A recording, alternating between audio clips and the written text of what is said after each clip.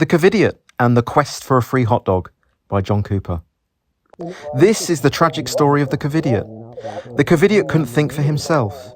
He trusted the authorities no matter how ridiculous their rules were. He did everything he was told no matter how absurd it was. The man on TV announced a deadly virus going around the world, a pandemic, even though there was no actual evidence of that in the real world. "Just give up all your freedoms and lock down in your homes," the man on TV said. The Covidiot was hypnotised by all the marketing slogans thrown at him and complied immediately. The Covidiot was told by the man on TV to keep a lookout for anyone that was not following orders. He saw a man walking in his neighbourhood breathing fresh air and therefore putting everyone at risk. The Covidiot had to do his bit for the community and decided to report him to the police. The Covidiot needed to go for his essential shop. He decided it was better to be safe than sorry and drove in his car alone with his mask on. As he was driving, he saw all the gyms were closed, but McDonald's was allowed to stay open. "They really do care about our health," cheered the Covidiot. "Stay back 6 feet," the Covidiot shouted in terror as someone came close to him. The Covidiot made sure everyone he saw were no closer than 6 feet from him. Any closer, and the Covidiot thought it would almost certainly catch the virus.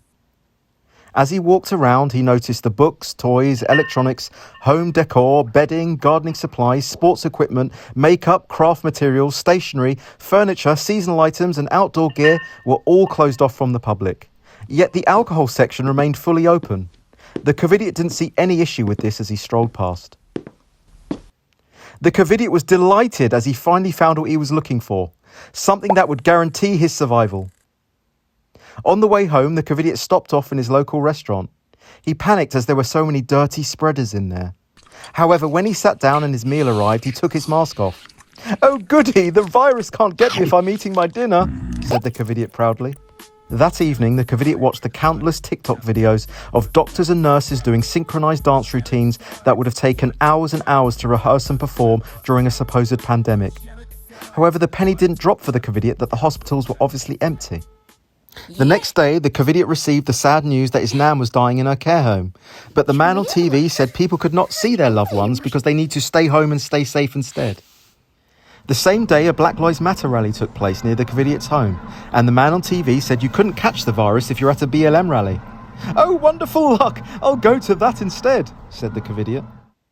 A few months later, an experimental jab was rushed out, despite real vaccines typically taking years of research, trials and testing. The man on TV bombarded the Covidiot with new marketing slogans. "Your shot to get back to normal. Protect your loved ones, get the vaccine. Do it for the greater good." Of course, the Covidiot followed orders unquestioningly. Despite getting the jab that was meant to protect him, the Covidiot was told he had COVID a few days later. Instead of questioning this, the Covidiot was programmed by the man on TV to believe that he wasn't safe until everyone had this jab. The Covidiot was programmed by the man on TV to target those who thought for themselves and question the mainstream narrative, belittling, shaming and coercing them into getting the experimental injection that doesn't protect you. If they chose not to, he would shout the insults he was programmed to use, like "tinfoil hat wearer," in an attempt to force compliance. That weekend, the Covidiot went to watch his favourite football team play. Multiple players collapsed with heart issues on the pitch and there was a medical emergency in the crowd. "But this has always happened," said the Covidiot confidently and reassuringly. Just 3 weeks after his experimental jab, the Covidiot was rushed to hospital. He had a heart problem, developed blood clots and got a turbo cancer. But he just couldn't connect the dots. "I must have long COVID," sighed the Covidiot. The man on TV was now moving the goalposts and saying one jab wasn't enough and that everyone now needs a second jab to be fully vaccinated. Only then could they have their freedom back. "I have no choice but to take the second jab," said the Covidiot, who had only just got out of hospital. "I mean, how else can I have a holiday in Mallorca?" Now the man on TV was demanding a third jab, a booster. Only then could you get your freedom back. But with this, you could get a free hot dog. "Hurrah!" whooped the Covidiot, holding his free hot dog aloft in triumph after getting his booster. "Look at all those pathetic anti-vaxxers who have missed out." A few days later. Just think how bad it could have been if I didn't get the